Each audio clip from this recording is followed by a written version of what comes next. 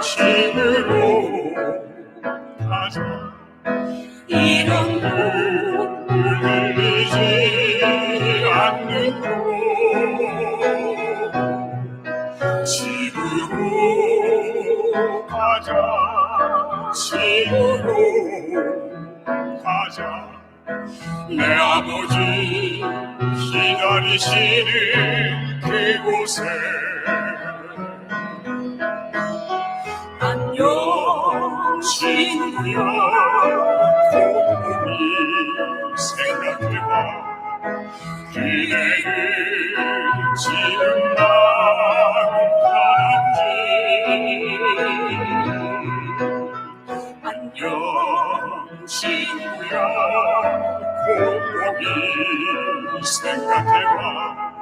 세상에 많은 돌고 있는지. 나간 자식 찾으러 친히 찾아오시네. 사랑의 주 하나님, 나를 위해 오셨네. 십자가에 죽으사 나를 도망하신 그 사랑의 주 하나님, 그 사랑을 아는가. 집으로 가자. 집으로 어둠 세우하지 않는 곳 집으로 가자. 집으로 가자.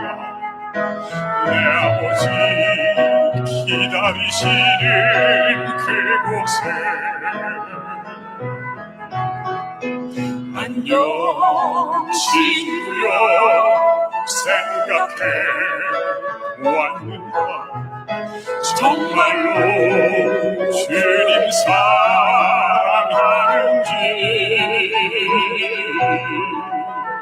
안녕 친구야, 세상 떠나갈 때 사랑하는 주님 만날 수 있는지.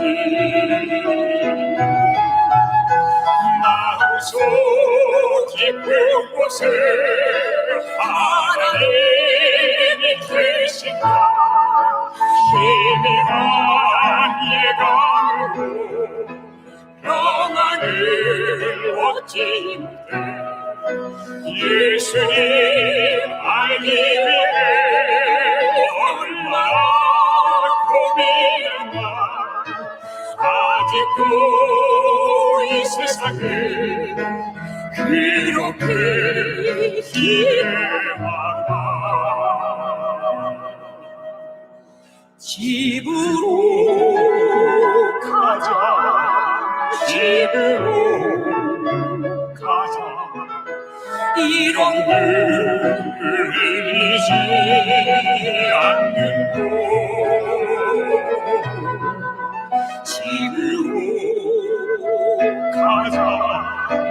집으로 가자. 내 아버지 기다리시는 그곳에. 내 아버지 기다리시는, 내 아버지 기다리시는 그곳에.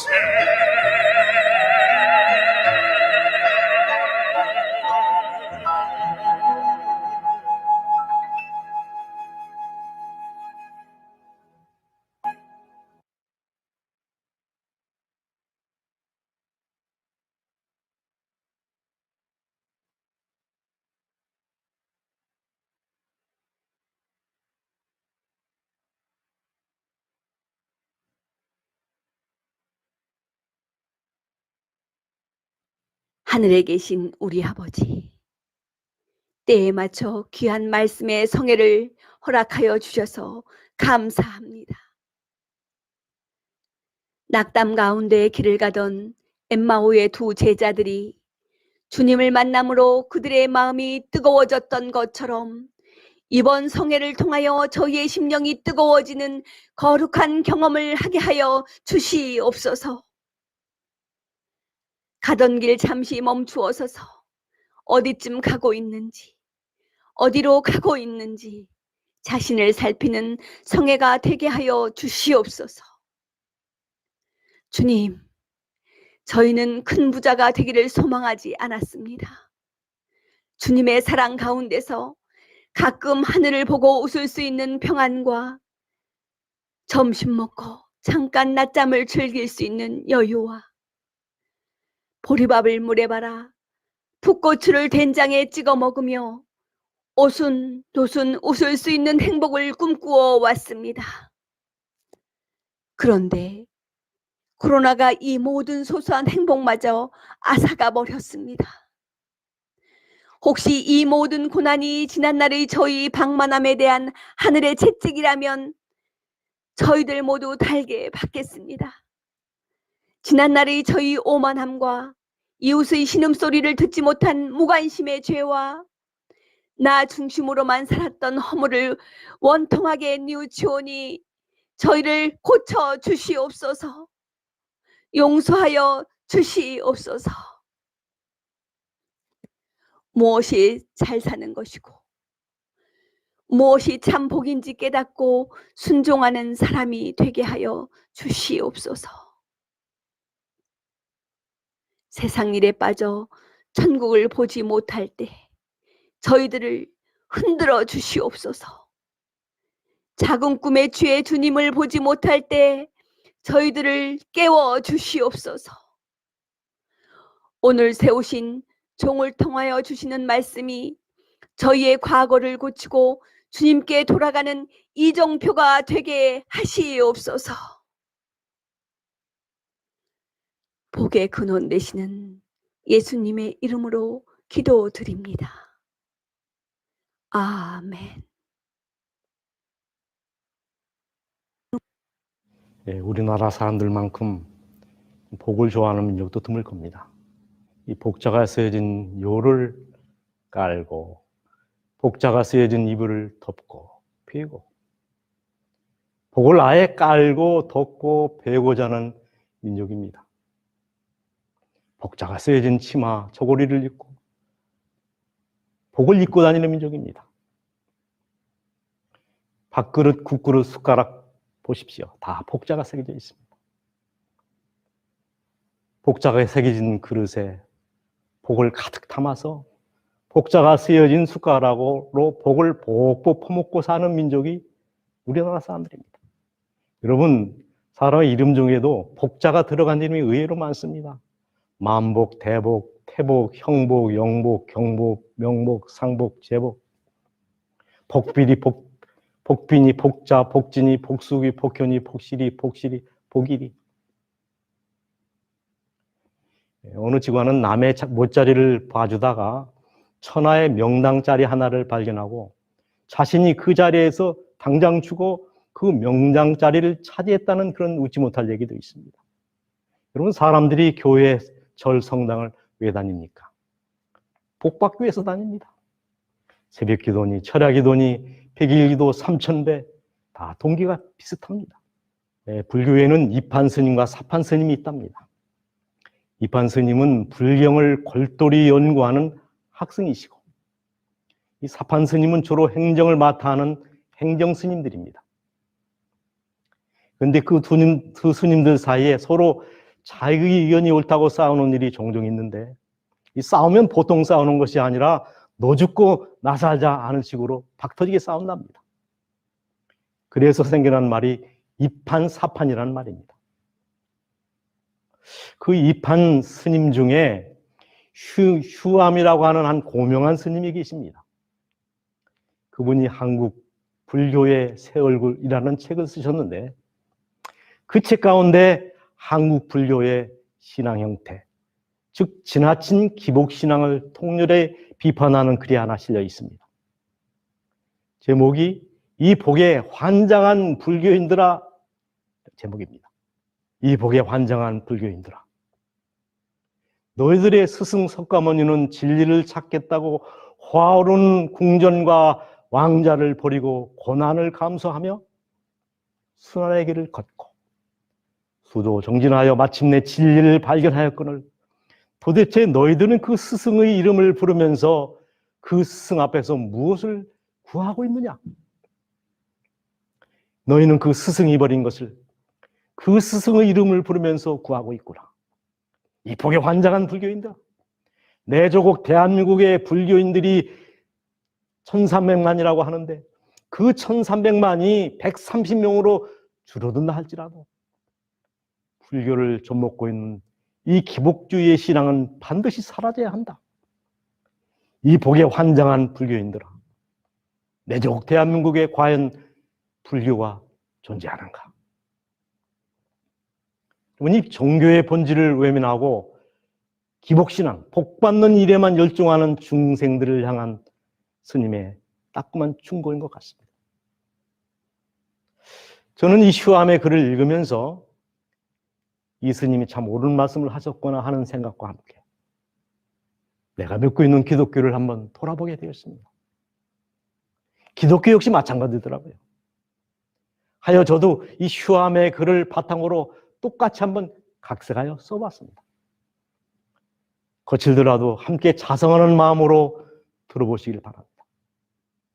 이 복에 환장한 기독교인들아, 너희가 섬기는 예수님은 하늘 상하 궁전을 버리시고 죄 있는 인간의 모습으로 오사 짐승의 구유에 누우셨고 온갖 오해와 질시, 고난과 질곡의 길을 걸어 마침내 가장 저주스러운 십자가에서 처참히 소멸되셨거든.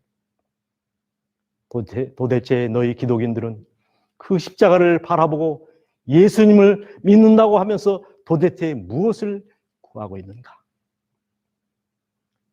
너희 스승이 보인 겸손과 자아 비하의 숭고한 삶을 저버리고 정반대의 길을 걷고 있구나. 이 복에 환장한 기독교인들아, 내 조국 대한민국에 기독교인이 1000만을 헤아린다는데 그 1000만이 100만으로 줄어들고 100만이 100명으로 줄어든다 할지라도 이 기독교를 욕되게 하고 세상의 복만을 구하는 기복주의 신앙은 반드시 없어져야 한다. 이 복에 환장한 기독교인들아, 내 조국 대한민국에 과연 기독교는 존재하는가? 기독교는 복의 종교입니다. 맞습니까? 우리 하나님은 우리에게 복 주시기를 기뻐하시는 하나님입니다.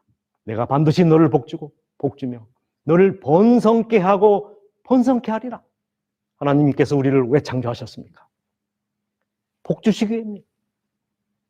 그러나 이 복에 대한 그릇된 이해 때문에 오늘날 기독교는 세상으로부터 무속 종교와 다를 바 없다는 핀잔을 듣고 있습니다. 하나님은 인간의 천박한 욕망을 충족시켜주는 축복기계가 아니란 말입니다. 그렇다면 이 성경에서 말하는 진정한 복이 무엇일까요? 이 세상 사람들은 5가지 복을 말합니다. 수, 부, 강령, 유오독, 고정명. 쉽게 풀어서 말씀드리면 이 수라고 하는 것은 말 그대로 오래 사는 겁니다. 부, 풍요의 부. 강령이라고 하는 것은 건강하고 편안하게 사는 복을 가리킵니다. 유오독, 베풀어 덕을 쌓는 복입니다. 고정명, 평안하게 생을 마감하는 죽은 복을 가리킵니다. 이런 세상의 잣대로 말하자면 이 성경에 나오는 솔로몬이야말로 역대 최고의 부자인 것이 분명합니다. 먼저 그의 지식과 명성이 하늘을 탔습니다. 하나님이 솔몬에게 지혜와 명철을 심히 많이 주시고, 심이라고 하는 말을 여러분 눈여겨보시기 바랍니다. 또 넓은 마음을 주시되 바닷가에 모래같이 하시니 모든 민족 중에서 솔로몬의 지혜의 소문을 들은 천하의 모든 왕 중에서 그 지혜를 들으러 왔더라 그랬습니다. 오늘날 표현으로 말하면 아마 이 솔로몬의 IQ가 아마 3,000원 됐던 것 같습니다. 두 번째, 부귀와 영화입니다. 그가 하루에 먹는 1분 식량을 열왕기상에는 자세히 우리에게 소개하고 있습니다. 솔로몬의 1분 식물은 가는 밀가루가 30석이요, 굵은 밀가루가 60석이요, 살찐 소가 10이요, 초장의 소가 20이요, 양이 1댁이며 그 외에 숫사슴과 노루와 암사슴과 살찐 새였더라 그랬습니다. 하루 동안 솔로몬이 먹은 식량이 그러하다. 솔로몬 왕의 마시는 그릇은 다 금이요 정금이었습니다. 솔로몬의 병거의 말의 요양간이 4만이요, 마병이 1만 2천이며 그랬습니다. 여복은 여러분, 왕은 후비가 700이요 빈장이 300이니라. 보통 사람은 1000명의 이름을 다 외우지도 못할 것 같습니다. 그러나 예수님입니다. 감은 이는 그 목수의 아들이 아니냐. 학벌 무학입니다. 유대인들이 가로되 이 사람이 배우지 아니하였거늘 그랬습니다. 외모 겉모양도 없고 풍채도 없었고 보기에 흠모할 만한 것이 없도다 그랬습니다. 재산 무소유입니다. 빈손이었습니다. 여도 꿀이 있고 공중에 새도 거처가 있으되 인자는 머리둘 곳이 없도다. 예수의 부모는 너무나 가난하여 매일매일 얻은 수입으로 그날그날 살아갔다. 낮에는 의복이 되고 밤에는 이불이 되는 남루한 단벌 겉옷을 가지셨다. 여러분, 그분은 평생을 걸어 다니셨고 돌아가시기 직전에 나귀 한번 타보신 것이 고작이었습니다. 밤마다 잠자리 걱정을 하셔야 했고 그가 입고 있었던 그 겉옷은 그날 저녁에 영락없는 이불이 되었습니다. 죽음복, 고정명. 여러분, 예수님은 33세 반 짧은 삶을 사신 분입니다. 그것도 십자가 형틀, 가장 저주스러운 형벌을 받으시고 십자가에서 운명하셨습니다. 그러나 여러분, 부귀공명, 행복의 삼박자를 완벽하게 갖추고 살았던, 원 없이 살았던 솔로몬의 전도서는 헛되고 헛되며 모든 것이 헛되도다, 헛되다는 소리를 무려 40번 반복하고 있습니다. 이렇게 시작되고 복음을 전하다가 목뱀을 당한 사도 바울의 에베소서는 찬송하리로다라는 말로 시작되고 있습니다. 누가 더 행복한 사람입니까? 여러분, 이 솔로몬은 결코 염세주의자거나 허무주의자가 아닙니다. 지혜와 명철이 하늘을 찌를 만한 명철을 가지고 있는 이성적인 사람입니다. 살아보니 그렇더라 이것입니다. 경험에서 나온 회한과 후회와 탄식. 행복은 소유에 비례하지 않는다는 경험을 그가 고백하고 있는 것입니다. 여러분이 기독교의 핵심 가치가 무엇인지 아십니까? 죽음으로 살고 버림으로 얻고 비움으로 채우고 낮아짐으로 높아지고 섬김으로 지배하고 깨어짐으로 창조되고 용서함으로 보복하고 저줌으로 이기고. 성경이 말하는 복과 이 부의 개념도 세상의 것과 완전히 다릅니다. 많이 가진 자가 부자가 아니라 많이 나눠주는 자가 부자다. 상자에 앉은 사람이 높은 사람이 아니라 낮은 자리에 내려앉는 사람이 높은 사람이다. 세상을 소유한 사람이 부자가 아니라 하나님을 소유한 사람이 진짜 부자라는 것입니다. 이런 구체적인 얘기를 좀 해보십시다. 이 부의 대원칙, 가장 큰 원칙은 복의 근원이 하나님이시다 이것입니다. 내가 여호와께 아뢰되 주는 나의 주시오니 주밖에는 나의 복이 없나이다. 주밖에는 나의 복이 없나이다. 여러분 두말할 필요가 없습니다. 세계의 기도를 한번 펴놓고 보십시오. 미안한 얘기지만 불교나 이슬람교나 힌두교나 이 토속 종교를 믿는 나라는 한결같이 못 살고 형편이 없습니다. 이런 이 기독교를 믿는 나라를 잘 살펴보시길 바랍니다. 다 잘 삽니다. 다 선진국입니다. 여러분 우리나라도 마찬가지예요. 반만년 역사를 가졌다고 자랑하지만은 그 반만년 역사의 대부분은 가난하게 살았습니다. 기독교가 이 땅에 들어온 이후 비로소 여러분 살만한 나라가 된 것입니다. 예수님 없이 살았던 반만년보다 그죠? 예수님이 들어온 이후에 우리의 삶이 얼마나 윤택하고 편리해졌는지는 여러분이 잘 아십니다. 이 조그마한 나라가 세계 경제 7위에 올라 있습니다. 이렇게 축복받은 나라가 된 비결이 여러분 뭐라고 생각하십니까? 하나님을 잘 믿어서라고 저는 그렇게 생각합니다. 여러분 미국 다음으로 선교사를 가장 많이 파송한 나라가 어느 나라인지 아십니까? 우리나라입니다. 복의 근원이 하나님이신 것이 분명하지 않습니까?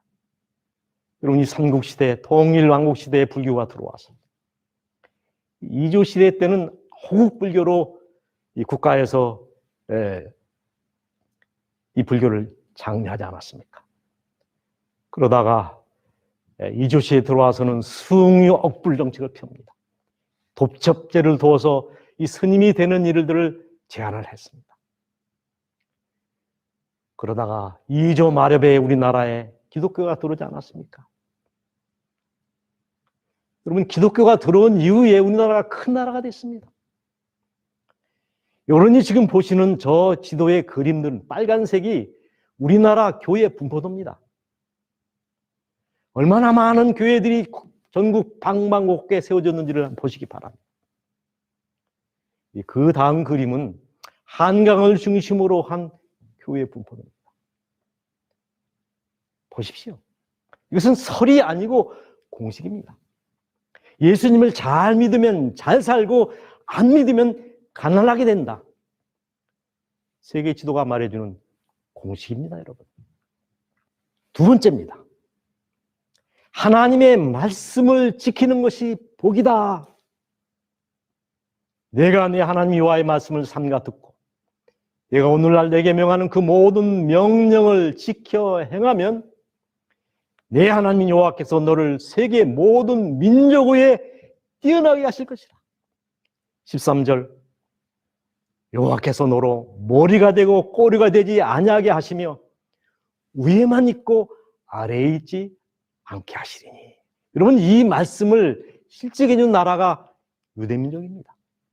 세계에 있는 모든 유대인들을 다 합해도 1,500만 이상을 넘지 않습니다. 우리나라 서울시 상주 인구에 불과합니다. 세계 인구의 0.2%에 지나지 않습니다. 여러분 이스라엘은 강원도보다 조금 큰 나라입니다. 그런데 여러분 노벨상을 수상한 전체 수상자 중에 20% 이상이 유대인, 경제 분야에서 65%, 의학 분야에서 23%, 물리 분야에서 22%, 화학 분야에서 12%, 문학 부문에서 8%.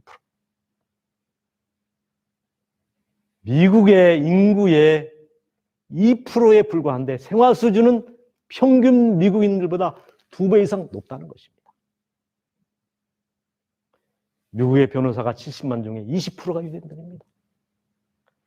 뉴욕 중고등학교 교사 중에 50%가 유대인이고 미국 국회의원 중에서 40여 명이 유대인들입니다. 미국의 유수한 대학 프린스턴 하버드 대학 교수 중에서 25에서 30%가 유대인이라는 사실을 여러분 아십니까? 그리고 더 중요한 것은 그 중에 총장, 주요 행정 책임자들의 90%가 유대인들입니다. 가장 영향력 있는 뉴욕 타임즈라든가 워싱턴 포스트 사장 다 유대인들입니다. 심리학자 프로이드, 샤갈, 또 아인슈타인, 다 본스타인, 키신저 이런 사람들이 다 유대인이라는 사실을 우리는 잘 알고 있습니다. 다 그들이 유대인들입니다. 이 적은 나라가 전 세계 국융의 40%를 소유하고 있다고 합니다. 여러분 그 힘이 어디서 나왔습니까? 여러분이 잘 아십니다. 미국 역시 마찬가지입니다. 영국 국왕 제임스 1세의 종교 탄압을 견디다 못해 180톤짜리 목선을 찧어서 종교적 망명을 시도한 사람들이 청교도들, 그들이 세운 나라가 미국입니다. 그들은 2달 동안의 긴 항해 끝에 미국의 프리모스 항구에 도착합니다. 그들이 배에서 내려서 가장 먼저 한 일은 땅에 입을 맞춘 다음에 무릎 꿇어 기도하고 그 다음에 교회부터 지었습니다. 여러분 미국 동부는 11월 말 12월이면 춥습니다. 당장 필요한 것이 자신들의 거처였지만 그들은 가장 먼저 교회부터 지었습니다. 그 다음에 학교를 짓고 가장 나중에 자신들의 집을 지었습니다. 이것이 여러분 미국의 건국정신입니다. 그들은 새벽에 일찍 일어나 하루에 12시간씩 성경을 연구하고 여기 윌리엄 브린은 보통 하루에 17시간 동안 하나님의 말씀에 창념했다는 거예요. 그들의 지도자였던 루더포드가 이렇게 고백했습니다. 우리가 가진 것이라고 한 손에 성경과 그리고 주님 앞에 끌어 기도할 수 있는 무릎밖에 없었다. 여러분 미국은 무릎으로 세워진 나라입니다. 102명으로 출발을 했지만 항해하는 중에 여러 사람이 죽었고 그 겨울이 나고 보니 44명이 또 풍토병으로 쓰러졌습니다. 나머지 50여 명이 세운 나라가 지금의 미국인 것입니다, 여러분. 사실 미국은 역사가 짧아 유물이 없는 나라입니다. 그래서 영국 앞에 겸손한 거죠. 여러분 미국이 언제 세워졌습니까? 1776년입니다. 불과 245년의 역사를 가지고 있습니다. 그렇다면 이 1776년이면 1777년에 정조가 왕위에 오릅니다. 여러분 2조가 27대 왕으로 끝나지 않았습니까? 이 영조, 정조가 아마 22대일 것입니다. 얼마 전의 얘기입니다. 이런 일천한 역사를 가진 미국이 지금 온 세계를 호령하는 이유가 어디에 있다고 생각하십니까? 이유는 단 한 가지입니다. 하나님을 잘 믿어서입니다. 여러분 미국 돈 $1짜리를 펴보시길 바랍니다. We trust in God. 우리는 하나님을 믿는다. 여러분 미국 달러에 이 글을 새겨 넣었습니다. 그들은 지금도 성경에 손을 얹고 대통령 취임 선언을 합니다. 하나님을 제일로 섬겼기 때문에 하나님도 미국을 제일 가는 초인류 국가로 만들어주신 것입니다. 제가 다시 읽습니다. 내가 내 하나님 여호와의 말씀을 삼가 듣고 내가 오늘날 너에게 명하는 그 모든 명령을 지켜 행하면 내 하나님 여호와께서 너로 세계 모든 민족 위에 뛰어나게 하실 것이라. 여호와께서 너로 머리가 되고 꼬리가 되지 않게 하시며 위에만 있고 아래에 있지 않게 하시리니. 그래서 어떤 역사가는 천교들에 대해서 이렇게 묘사했습니다. 하나님을 아는 것이 그들에게 위대한 목적이었다. 자, 이게 세 번째입니다. 성경이 말하는 진정한 복이 무엇인가? 주라. 그리하면 너희에게 줄 것이니 곧 후이되어 누르고 흔들어 넘치도록 하여 너희에게 안겨주리라. 너희 헤아리는 그 헤아림으로 너희도 헤아림을 도로 받을 것이니라. 사도행전 20장 35절 주는 것이 받는 것보다 복이 있다 하심을 기억하여 하지니라. 인류 역사상 최고의 부자는 아마 록펠러일 것입니다. 그는 펜실베니아 빈민가 출신입니다. 너무나 가난했기 때문에 이 돈에 대해서 원수를 한번 갚아야 되겠다 결심을 하고 빈손으로 폭력이든 마약밀매 불법 편법을 가리지 않고 검은 돈 흰 돈을 가리지 않고 돈 버는 일에 몰두를 해서 이 33세의 적은 나이에 100만 장자의 반열에 오릅니다. 43세에는 미국 최대 부자, 53세 때는 명실성부한 세계 최대 부자가 됩니다.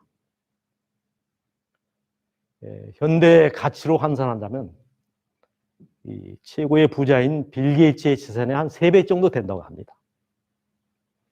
그러고 보니 악덕 자본가로 비난을 받았고 그의 돈에는 항상 더러운 돈이라는 꼬리표가 붙어 있어.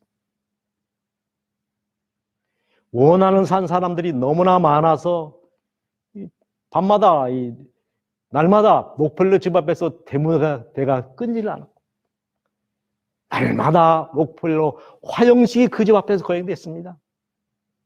경호원들을 겹겹이 대동하지 않으면 외출이 절대 불가능했습니다. 침대 곁에는 항상 총을 놓아야 잠이 왔다고요.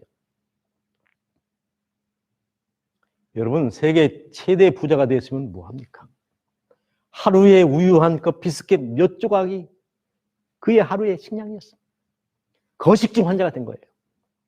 머리는 다 빠져서 문어머리처럼 되었고 불면증과 소화불량에 시달려 그 몰골이 50대 때 이미 80 노인을 방불케 했답니다. 그러면 돈이 있으면 뭐합니까? 쓰지를 못하는데.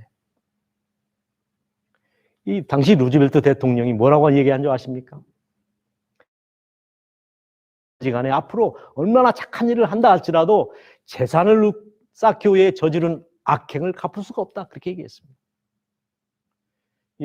나중에 이 록펠러가 이 재단을 세우려고 했지만은 그의 진위를 의심하는 바람에 재단 설립에 3년이 꼬박 걸렸다는 얘기가 있습니다. 53세 때 이 록펠러를 만난 어떤 기자는 딱 보는 순간 록펠러의 죽음을 예감했답니다. 그래서 록펠러 사망 다 기사를 쓴 다음에 날짜만 비워놨습니다. 그렇게 죽기만을 기다렸는데 그 어간에 그가 극적으로 하나님을 만납니다. 불면증에 시달리던 어느 날 밤 우연히 침대 위에 있는 성경책을 폈는데 그때 읽혀진 말씀이 바로 누가복음 6장 38절의 말씀입니다. 주라, 그리하면 넘치도록 받을 것이다. 천둥치는 음성같이 그 말씀이 가슴에 팍 박혔습니다. 아하, 모이는 것이 다가 아니라 모으는 것이 다가 아니라 나눠주는 것이 더 큰 축복이구나. 자신의 헐벗은 모습을 본 것이죠. 다음날 록펠러는 날이 새가 무섭게 비서를 불러 나눠주는 방법을 연구케 합니다. 그래서 만들어진 것이 록펠러 재단이에요. 교육, 평화, 의료, 봉사. 이 페니실린이라든가 통일표가 다 록펠러 재단에서 만들어진 사실 여러분 아십니까? 우리가 다 록펠러 덕을 보고 사는 사람들입니다. 당장 변화가 오기 시작했습니다. 빠졌던 머리가 다시 나고 굽었던 허리가 쭉 펴지게 되고 식욕이 돌아오고 무엇보다도 록펠러 앞 데모더가 사라졌다는 것입니다. 대신 록펠러 덕분에 살게 되었다는 사람들이 록펠러를 만나기 위해서 대문에 장사진을 쳤습니다. 여러분, 그럴수록 록펠러는 더 많은 사람들에게 나눠줬고 하나님은 그에게 더 많은 복을 허락하셨습니다. 이 록펠러는 자신이 받은 축복을 따라서 종합대학을 무려 12개나 세웠습니다. 그 중에 시카고 대학은 노벨상 수상자 52명을 배출한 미국의 최대 명문 대학 중에 하나가 되었습니다. 여러분, 보통 사람은 교회를 짓는 일에 힘을 보태는 일도 어려운데 록펠러는 4,928교회의 교회를 지어서 하나님께 보냈습니다. 4,900개, 5,000개 가까운 교회를 지어서 하나님께 봉헌했단 말입니다. 무엇보다도 그는 하나님께 정직한 11금을 드린 사람으로 유명합니다. 그래서 좀 더 정확하게, 좀 더 진실하게 11금을 계산하여 드리기 위하여 11금을 계산하는 직원만 43명을 채용했다는 얘기가 전해지고 있습니다. 여러분, 록펠러가 얼마나 오래 산 줄 아십니까? 록펠러 사망기사를 썼던 젊은 기자는 벌써 고인이 되었는데 록펠러는 무려 99세까지 팔팔하게 살다가 축복 속에 잠이 들었습니다. 이제 저는 말씀을 정리하겠습니다. 무엇이 진정한 복인가? 처첩을 많이 거느리고 솔로몬처럼 사는 것이 복인가? 아니옵시다. 하나님께 가까이 함이 내게 복이라. 내가 주 여호와를 나의 피난처로 삼아 주의 모든 행사를 전파하리이다. 성경은 말합니다. 하나님과 가까운 사람이 복받은 사람이라는 거예요. 그렇다면 하나님과 멀리 떠돌려 있는 사람은 복이 없는 사람이겠죠. 인간의 복은 하나님과의 거리에 비례한다는 것입니다. 왜 우리가 그분을 가까이 모시고 살아야 하는가? 그분이 복의 근원이시기 때문에 그렇습니다. 복 자체가 하나님이시기 때문에 그렇습니다. 그분을 믿는 것이 복이고 그분처럼 사는 것이 복입니다, 여러분. 그분의 말씀을 따라 정직하게 사는 것이 복이라고 성경은 분명히 우리에게 가르쳐주고 있습니다. 그러므로 여러분, 이제는 복을 쫓아다니지 마시고 복이 따라오는 삶을 사시게 되기를 바랍니다. 복을 따라다니지 마시고 복이 따라오는 삶이 되도록 하나님께서 복 주시기를 바랍니다. 그 비결은 복의 근원 되시는 하나님을 잘 믿고 말씀 따라 정직하게 사는 것입니다. 복 있는 사람은 오직 여호와의 율법을 즐거워하여 그 율법을 주야로 묵상하는 자로다. 하나님의 말씀을 듣고 지키는 자가 복이 있느니라. 말씀을 마치겠습니다. 아버지 하나님이시여, 저희들이 지금까지 참 어리석게도 하나님을 외면하고 복을 쫓아다니는 삶을 살았음을 고백합니다. 복의 근원이 하나님이심을 저희들이 깨달았사오니 우리 마음에 주님을 모시고 말씀 따라 살아가는 겸손한 주님의 종들이 되게 하여 주시옵소서.